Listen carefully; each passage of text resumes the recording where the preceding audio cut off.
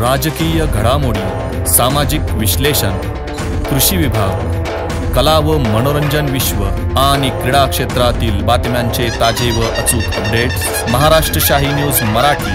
बातमी मागची बातमी, शोध सत्याचा.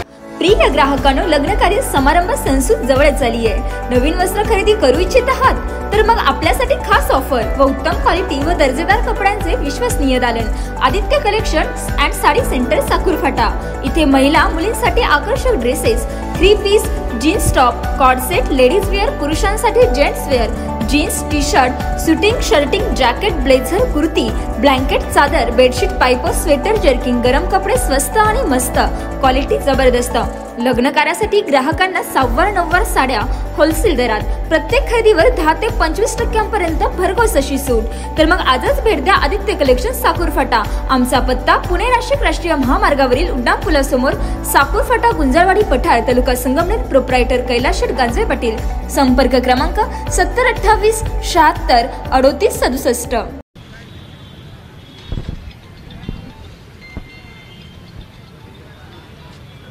विजय देशमुख साहेब म्हणते ना शेवट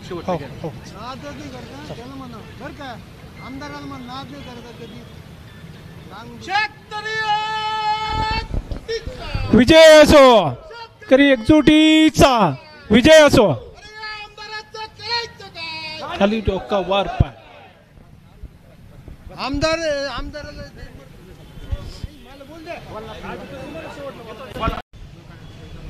माननीय तालुक्याचे लोकप्रतिनिधी यांनी जे वाळीभाऊला जे मारहाण केली त्याच्यावर आम्ही या ठिकाणी ह्या आज जाहीर निषेध करण्यासाठी या ठिकाणी रस्ता रोको आहे.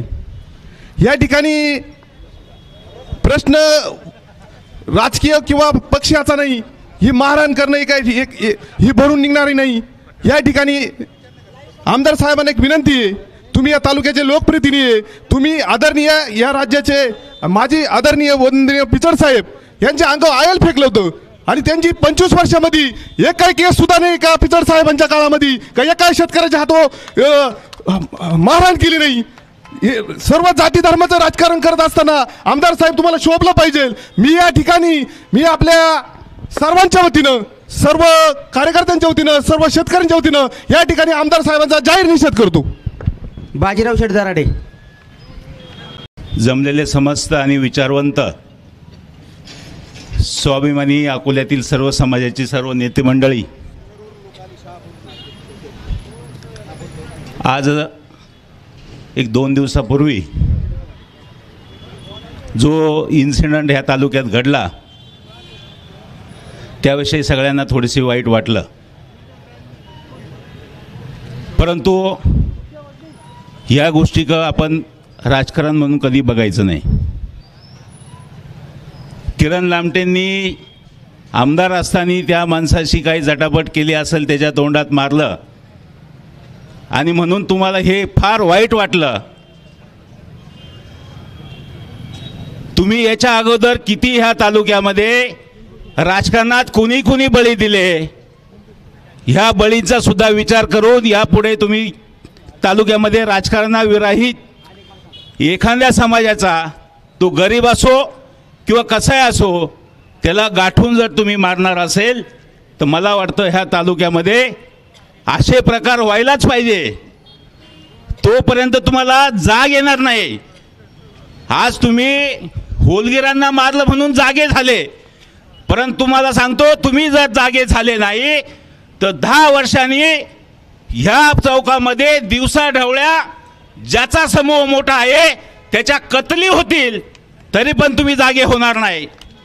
आज तुम्ही त्या समाजावरती अन्याय झाला म्हणून तुम्ही आले नाहीत. अरे तुम्ही राजकारण करण्यासाठी इथं आलो आपण सगळेजण, हे आपल्याला मान्य आहे का? तुम्ही खरंच त्या होलगिरांसाठी आले आहात का? होय ना? याच्या आधी ह्या तालुक्यामध्ये माझ्यासह अनेक जणांवरती ॲट्रॉसिटी झाली, त्यावेळी तुम्ही कुठे होते? अरे एकट्या किरण लामटेने आज चूक केली म्हणून तुम्ही आले. माझ्यावरती ज्यावेळेस ॲट्रॉसिटी झाली त्यावेळेस अशोक भांगरे, वैभव पिचड, मधुकर तळपडे आणि अमित भांगरे आणि हे लामटे सुद्धा ह्या सगळ्यांनी मिळून हा राजकीय जास्त उड्या मारतोय म्हणून त्याचा बळी घेण्याचा प्रयत्न केला आणि त्यावेळेस मी सक्षमपणे उभा राहिलो. अरे तुम्ही एखाद्याचं राजकारण संपवण्यासाठी, एखाद्याचा कुटुंब संपवण्यासाठी तुम्ही राजकारणी जर पुढे येऊन त्यांना जर तुम्ही साथ देणार असेल तर मी म्हणतो आज ह्या सगळ्यांचा तुम्ही निषेध करा. हे सुद्धा राजकारण करताय आपल्यामध्ये. म्हणून मला एकच सांगायचं आहे, कोणत्याही समाजाचा असू द्या, तो माळी समाजाचा असू द्या, तो कांदडी समाजाचा असू द्या, तो मराठा समाजाचा असू द्या, तो धनगर समाजाचा असू द्या, तो आदिवासी समाजाचा असू द्या, पण आपल्याला कुणीही अधिकार दिलेला नाही अन्याय करायचा. आणि म्हणून हे राजकीय व्यासपीठ बाजूला ठेवणार असेल तर मला वाटतं ह्या तालुक्यामध्ये अन्याय कमी होतील. अन्यथा या सगळ्या गोष्टीला राजकारणाची झालर असते आणि झालर तुम्ही पहिली बाजूला काढा त्या कुटुंबाला न्याय द्यायचा असेल तर. हे प्रकार असे अनेक प्रकार ह्या तालुक्यात घडतात. आज तुमचे प्रतिनिधी बोलून घ्यायचे ना. किरण लामटेंनी तुमच्यावरती अन्याय केला ना. अमित भांगरेंनी इथं यायचं, वैभव पिचडांनी सुद्धा इथं यायचं, परंतु ते येणार नाही. ते तुम्हाला काठ्या देतील, पाठबळ देतील आणि तुमच्याकडून राजकारण करून घेतील. मित्रांनो, निवडणुकीच्या पार्श्वभूमीवर सगळेजण राजकारण करायला निघाले. मला त्या कुटुंबाविषयी वाईट वाटलं, प्रचंड वाईट वाटलं. अरे पण तुम्ही कुठलं राजकारण करताय? तुम्ही गटागटामध्ये काय राजकारण करताय? तुम्ही आज सरळ सरळ बहुजन, ओबीसी आणि आदिवासी हा वाद पेटवताय तालुक्यामध्ये. तुम्हाला बहुजन, ओबीसी, अल्पसंख्याक नेते दिसते नाही का? तुम्ही एवढे मोठे नेते झाले का? या तालुक्याचं जे काय सामाजिक आणि राजकीय जे काय अस्थिर करण्याचं काम चाललंय ते फक्त काही राजकीय नेते, काही आदिवासी समाजाचे राजकीय नेते हे अस्थिर करताय. आणि हे अस्थिर होण्यापासून जर वाचवायचं असेल तर बहुजन, ओबीसी आणि अल्पसंख्याक सगळ्या समाजाला, आदिवासी समाजातले चांगले लोक घेऊन एक नवी पिढी आपल्याला ह्या राजकारणामध्ये आणावं लागेल. अन्यथा पुढच्या 10 वर्षामध्ये बहुजन, ओबीसी आणि अल्पसंख्याकांचं राजकारण संपलेलं असेल आणि हे असे अन्याय आज कानात मारले, उद्या चाकूने सुद्धा मारतील ही लोक. याची तयारी तुम्हाला ठेवायची आहे का? तुम्हाला एकत्र यावंच लागेल. ह्या तालुक्याच्या अस्मितेसाठी एकत्र यावं लागेल. ह्या तालुक्यातल्या गोरगरिबांवर होणाऱ्या अन्यायाच्या विरुद्ध पेटून उठण्यासाठी तुम्हाला ह्या तालुक्यामध्ये तुमचं स्थान तयार करावं लागेल. आणि म्हणून मी तुम्हाला परत कळकळीची विनंती करतोय, तुम्ही राजकीय भूलथापांना अजिबात बळी पडू नका. तुम्हाला उद्या त्या राजकारणामध्ये कोणाला मतं द्यायचं ते तुम्ही द्या. तुम्ही किरण लामटेला द्या, अमित भांगरेला द्या किंवा वैभव पिचडला द्या, परंतु गरिबाच्या मागं उभं राहताना राजकारण घेऊन या व्यासपीठावर येऊ नका. तुम्ही चांगल्या लोकांनी जर याला जर अशी झालर दिली तर मला वाटतं वाईट होईल. म्हणून आज तुम्ही आले, मला बरं वाटलं. त्यावेळेस माझ्याबरोबर होते नव्हते, मी सक्षम होतो म्हणून मी ते सहन केलं. अशी अनेक लोकांवरती ॲट्रॉसिटी झाली. आता परवा देवगावचं प्रकरण झाली ना ॲट्रॉसिटी. अरे तुमचा विकासाचा मुद्दा आहे, तुमचा श्रेयवादाचा मुद्दा आहे, तुम्ही कशासाठी ॲट्रॉसिटी केली? म्हणून तुम्ही यापुढे मला वाटतंय या तालुक्यामध्ये कोणचं राजकारण करतंय आपण त्याचा प्यादा होऊन यापुढे आपण काम नाही केलं पाहिजे. ही जी घटना घडली मला वाटतं त्याचा निषेध 100% आपण करणार आहोत. त्याची त्यांना सजा नक्कीच मिळेल. सगळेजण जागरूक आहे.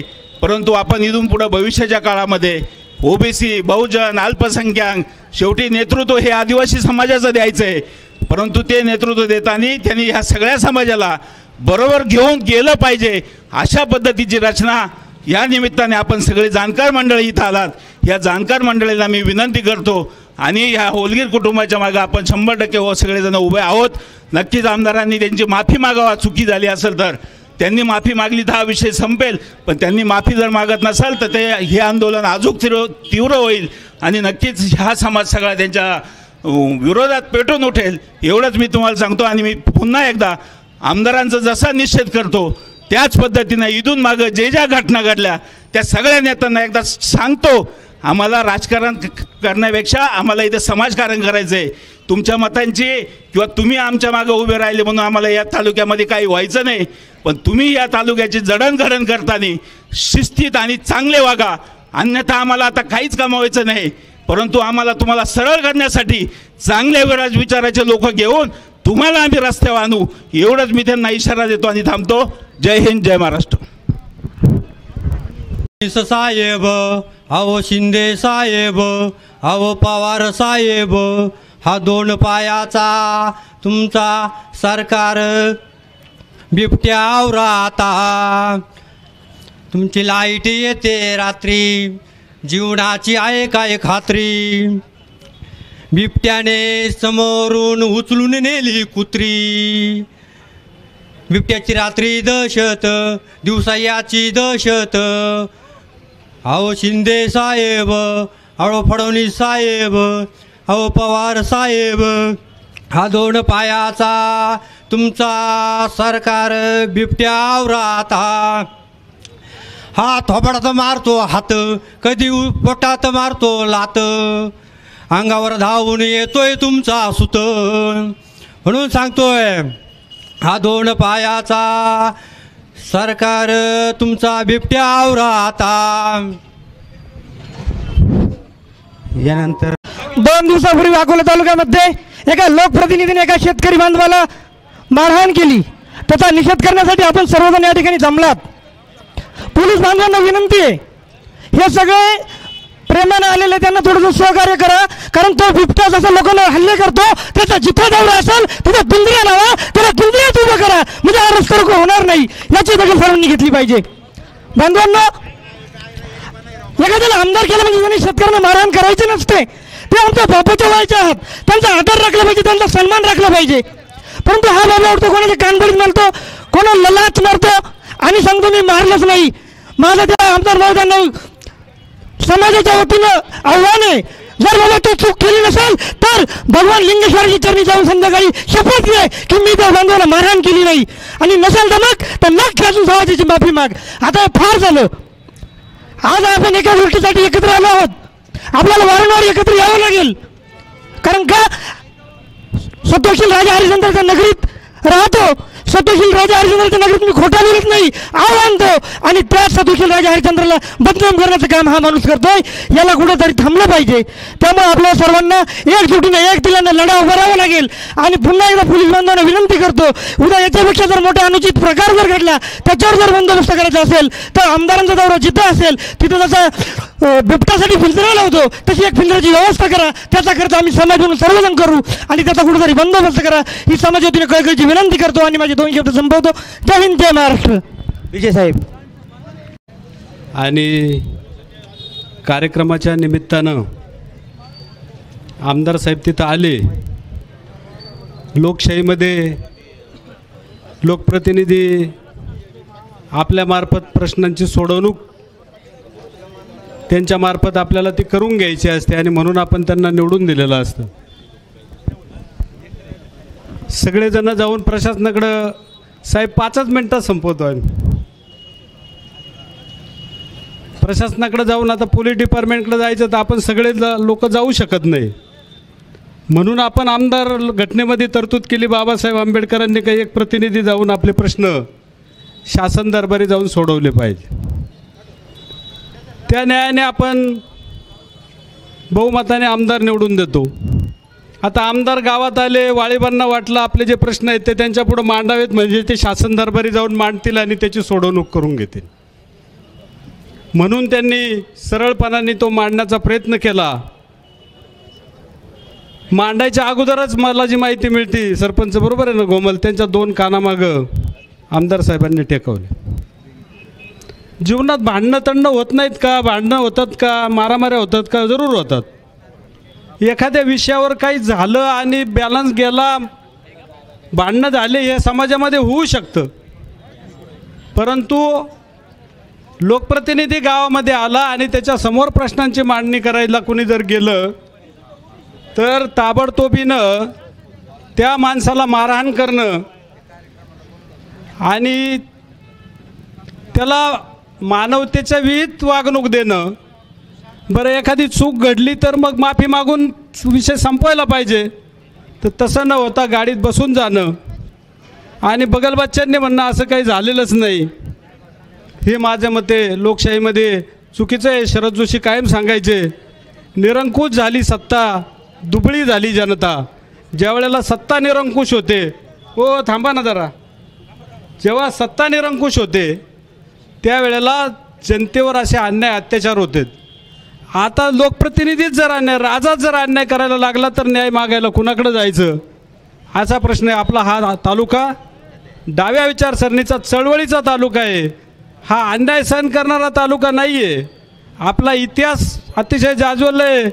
भाषणामध्ये आपण राघोजी भांगरे, राया ठाकर, तर अलीकडं पार नबादादा बनकर, किसन मास्तर नवले, बुवासाहेब नवले, असे अनेक नावं आपण घेतो की ज्यांनी गोरगरिबांवर अन्याय होण्यापासून या तालुक्याला संरक्षण देण्यापासून तर आता अलीकडं सावंत साहेबांपर्यंत सगळ्यांनी भूमिका निभावलेली आहे. आणि अशा परिस्थितीमध्ये आता बक्काच्या लोकांनी सांगितलं, आत्तापर्यंत लोकशाही झाले 70-75 वर्ष, अनेक लोकप्रतिनिधी झाले, परंतु त्या लोकप्रतिनिधींनी, मी पण माझ्या विद्यार्थी दशेपासून पिचड साहेबांच्या गाड्या आम्ही नगराध्यक्ष कुतुळला अडवत होतो, प्रश्न विचारत होतो, परंतु थांबून विचारांची देवाणघेवाण करून प्रश्न सोडवण्याची त्यांची भूमिका कायम राहिली. आणि त्याच्यानंतरच्या काळामध्ये बी.के. देशमुख असतील, त्याच्या अगोदर यशवंतराव भांगरे असतील, परंतु कुणाच्या कालखंडामध्ये अशा प्रकारच्या गोष्टी घडल्याचं आपल्याला ऐकू येत नाही. परंतु गेल्या 5-6 वर्षामध्ये आपण वारंवार हे बघतोय की 1 झालं, 2 झालं, 3 झालं आणि त्याच्यावर काही लोकांची प्रतिक्रिया नाही, म्हणून ते वाढत चाललं आहे. म्हणून बाजीराव शेठ आज आपण खऱ्या अर्थाने इथं रस्त्यावर आलेलो आहे. आणखी कोणीतरी वाळे बसत वलगरला, आणखी कोणीतरी जोडीदार पुढच्या 8-15 दिवसामध्ये होऊ नये म्हणून आपण रस्त्यावर आलो आहे. ॲट्रॉसिटी झाल्या का? झाल्या. प्रत्येक कायद्याचा दुरुपयोग होतो आहे. आपल्या हुंडाबळीचा सुद्धा दुरुपयोग होतो. आपला सोयरा आपल्याला जन्मदी घालतो का नाही घालीत? ॲट्रॉसिटीचा दुरुपयोग होतो का? होत असेल, परंतु आपण त्यालासुद्धा पायबंद घातला पाहिजे. त्याला जर कोणी चुकीच्या पद्धतीने ॲट्रॉसिटीचा वापर करीत असेल तर आपण कुठं त्याची भलावण केली? आपण कुठं त्याला पाठिंबा दिला? बाजीराव शेठ, तुमच्यावर जेव्हा अन्याय झाला तेव्हा आम्ही आलेच होतो, बाईट देऊन पुढं लोकांसमोर बोललो आम्ही. अशा पद्धतीनं कुणाला तरी असं वाटू नये या तालुक्यामध्ये की मी लोकप्रतिनिधी झालो म्हणजे माझं कोणीच वाकडं करणार नाही, गोरगरिबांवर मी अन्याय करील, तर ते हे चालणार नाही. ही वाळीबा होलकरांना जी मारहाण झाली ही खऱ्या अर्थाने निषेधार्थ बाब आहे. खऱ्या अर्थानं त्यांची, गावाची, समाजाची माफी मागून तो प्रश्न सोडवायला पाहिजे होता, परंतु तो सुटला गेलेला नाही. चूक झाली, तिचं पश्चाताप होऊन परिमार्जन व्हायला पाहिजे असं मला वाटतं.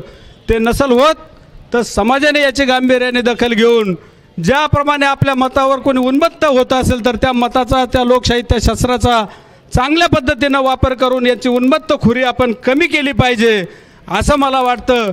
वाळीबा होलगर हे एक उदाहरण आहे.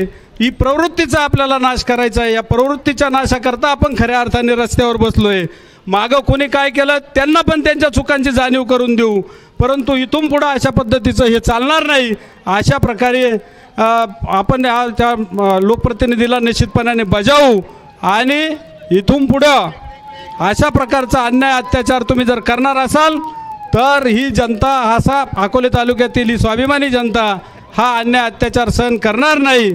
अशा प्रकारची भूमिका या निमित्तानं त्यांच्यापर्यंत आपण पोचूयात.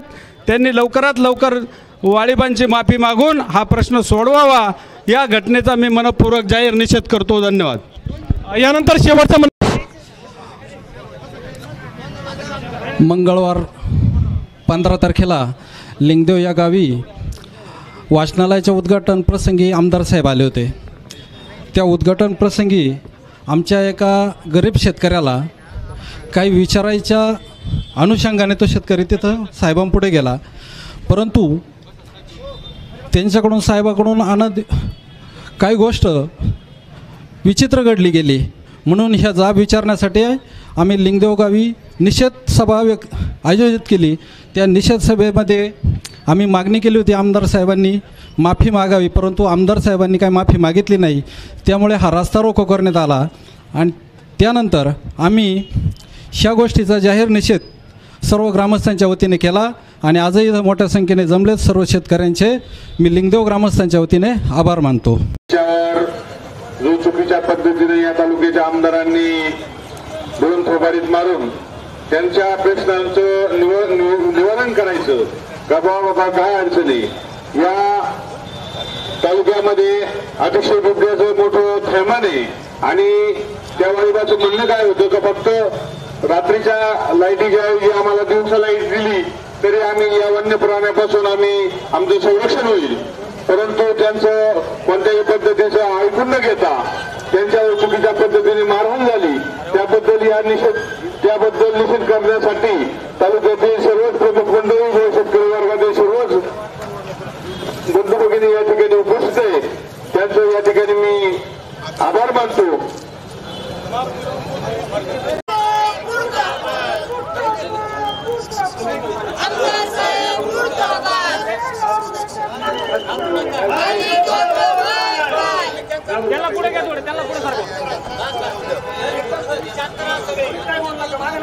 हॅलो, मी त्यांना सभा झाली, त्यांना फक्त एकच विचारायला आम्हाला लाईट एकच शब्द बोललो नाही, लगेच 2 थांबाडे दिले. काय विचारलं होतं नाही फक्त विचारायचं आहे. फक्त लाईट 4 वाजता येतील, 4ला नाही 7ला सुटल्या, ते वाघाचं द्या, दुसरं काय. बाकीच्या समाजात बदनामी केली जाते, तुम्ही रस्ता दिले होते, दारू पेलेले होते. हो, बाकी हा एक होता ते आडत त्याचा ताव माझ्या फार नाही आमची पाटील पाहिले तर संविधानानुसार सगळ्यांना समानतेचा अधिकार आहे. आमदार असो, मंत्री असो, या देशाचा राष्ट्रपती असो, जो ज्यांनी गुन्हा केला त्याच्यावरती फौजदारी दाखल होते. आपण आमदार साहेबांवरती फौजदारी दाखल करणार आहात का?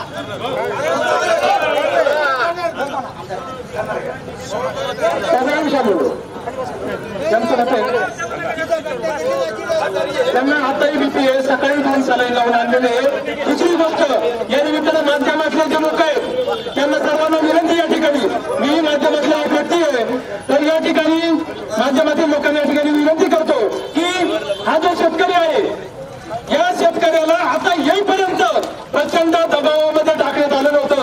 रात्रीच्या वेळेसमध्ये अनेक गाड्या त्याच्या घरापर्यंत त्या ठिकाणी गेल्या होत्या.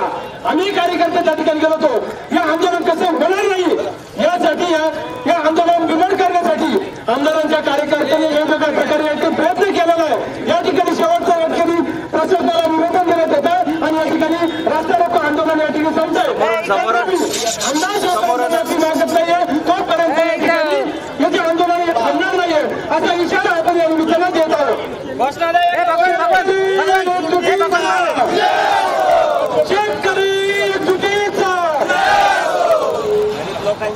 महाराष्ट्र शाही न्यूज मराठी, बातमी मागची बातमी, शोध सत्याचा.